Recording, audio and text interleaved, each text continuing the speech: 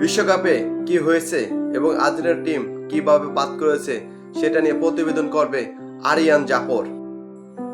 আর্জেন্টিনার সাথে যা হয়েছে এটা পুরো ইংল্যান্ড ম্যাচের ব্যানারের কারণে। যেটা হয়ে গেছে আমরা সারাদিন উল্টো পাল্টা কথা বললো এটা পরিবর্তন করতে পারবো না।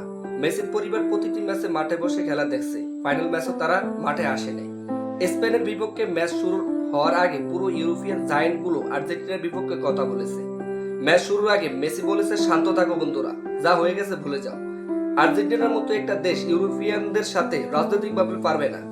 যে টিমটা পুরো আসর জুড়ে জীবন বাজি ধরে খেলে গেছে সেই টিম ফাইনাল ম্যাচে কখনো শর্ট অন টার্গেট রাখতে পারে না, এটা হাস্যকর বিষয়। সবার কথা বাদ দিলাম, মেসি পুরো আসরে যে খেলা দেখালো, গোল করার নেই, সে কি একটা শর্ট অন টার্গেট রাখতে পারতো না? এগুলো মাত্র একটু একটু করে ফোকাস হচ্ছে। স্পেন আসলে জিতে নেই, তাদেরকে রাজনৈতিক প্রভাব দেখিয়ে জেতানো হয়েছে। রেফারি যেভাবে ম্যাচ পরিচালনা করেছে এটা নিয়ে তো কিছু বলার থাকে না। কি কি করছে সবকিছু সবাই দেখছে। আমি কেন কান্নাকাটি করছিলাম না, যেটা সত্যি ঘটনা ঘটছে সেটাই তুলে ধরছি।